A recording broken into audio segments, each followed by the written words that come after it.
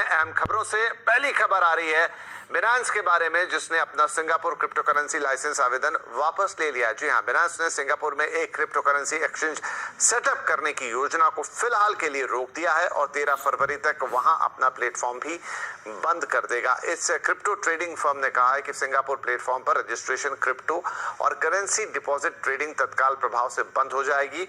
Users को उनकी holding के संबंध में अगले कदमों के बारे में ईमेल द्वारा सूचित किया जाएगा। पिछले हफ्ते बिनांस सिंगापुर ने regional private securities exchange Hg exchange पर 18% पोस्ट मनी स्टेक खरीदा था, जिसे इस साल की शुरुआत में सिंगापुर के मॉनेटरी अथॉरिटी ऑफ सिंगापुर यानी एमएएस ने इसे मान्यता दे दी थी। मॉनेटरी अथॉरिटी ऑफ सिंगापुर ने इसे लाइसेंस भी दिया था। बिनांस के अरबपति सह संस्थापक और चीफ एग्जीक्यूटिव चैंगपेंग जाओ ने आज ट्विटर पर खुलासा किया कि एचजीएक्स में उनका निवेश कंपनी के अपने एक्सचेंज को चलाने के लिए आवेदन को वापस लेने के फैसले की एक वजह थी। तो ये थी पहली बड़ी खबर। और अब बात करेंगे कि एलन मस्क साहब ने क्या नया कहा है। तो जी हां, उन्होंने कहा है कि डॉज कॉइन दरअसल बिटकॉइन की तुलना में लेन देन के लिए ज्यादा बेहतर है। टाइम मैगजीन ने उन्हें पर्सन ऑफ द ईयर भी नामांकित किया है। डॉज कॉइन बिटकॉइन की तुलना में लेन देन के लिए बेहतर है। एलन मस्क ने हाल ही में एक इंटरव्यू में, जो कि उन्होंने बाकायदा टाइम मैगजीन को दिया था, ये बात कही। बिटकॉइन की लेन देन की मात्रा उनके हिसाब से कम है और प्रति लेन देन होने वाली लागत भी उन्हें लगता है कि ज्यादा है। ये कम से कम अपने बेस लेवल पर है और स्टोर करने के लिए तो ठीक है, पर फंडामेंटली बिटकॉइन लेन देन संबंधी करेंसी का एक अच्छा विकल्प नहीं है, ये कहना है मस्क साहब का। वो बोलते हैं कि डॉज कॉइन थोड़ा इन्फ्लेशनरी है, पर मीम कॉइन का इन्फ्लेशन परसेंटेज वास्तव में समय के साथ घट जाता है। ये लोगों को जमा करने के बजाय खर्च करने के लिए प्रोत्साहित करता है। मस्क ने 2021 की शुरुआत में एक ट्वीट के साथ ही मीम स्टॉक्स के क्रेज को सुपरचार्ज करने में कामयाबी हासिल की थी और डॉज कॉइन को भी बनाने में मदद की थी। एक बिटकॉइन पैरोडी जिसे जोक के तौर पर बनाया गया था, वो आज सबसे मूल्यवान क्रिप्टो करेंसीज में से एक है। टेस्ला की 1.5 बिलियन डॉलर्स की सबसे बड़ी क्रिप्टो करेंसी खरीद से उन्होंने अकेले ही बिटकॉइन की कीमतों को आसमान तक पहुंचा दिया था। और तो और बिटकॉइन को कार परचेस के लिए भी एक्सेप्ट किया था, लेकिन मई में पेमेंट पर यू टर्न के बाद उन्होंने इसे ऑलमोस्ट क्रैश कर दिया। राइट, अब अगली खबर पर चलेंगे, जो कि है टीथर से जुड़ी हुई। टीथर को म्यांमार में आधिकारिक करेंसी के रूप में मान्यता दे दी गई है।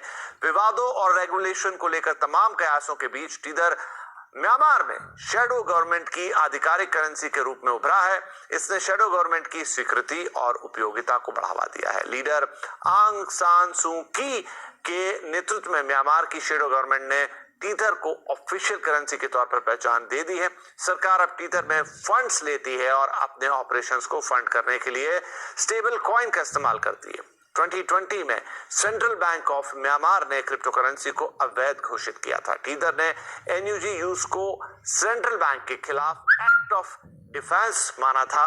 स्टेबल कॉइन टीथर अपने रिजर्व्स के लिए हमेशा विवादों में घिरा हुआ रहा।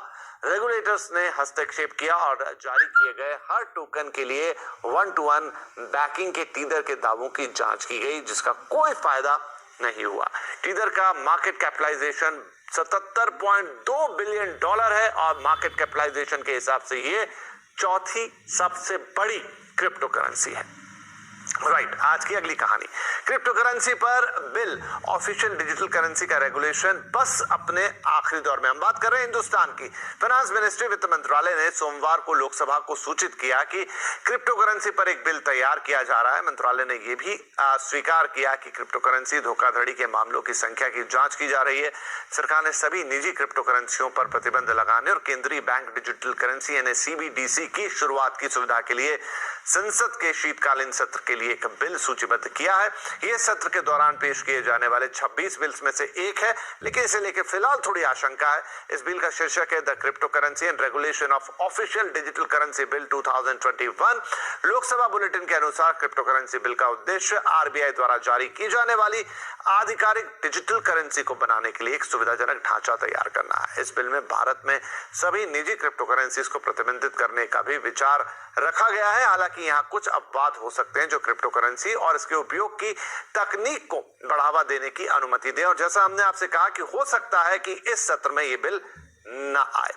आगे बढ़ते हैं। Abu Dhabi state fund cryptocurrency ecosystem में $243 बिलियन का निवेश करेगा। अबू धाबी के state own fund Mubadala investment capital के सीईओ खलदून अल मुबारक ने सीएनबीसी के साथ अपने हालिया इंटरव्यू के दौरान क्रिप्टो करेंसी के फेवर में बातें की। उनका दावा है कि यह फंड क्रिप्टो इकोसिस्टम में पैसा डाल रहा है, जहां ब्लॉकचेन तकनीक और एनर्जी खास तौर पर एरियाज ऑफ इंटरेस्ट होंगे।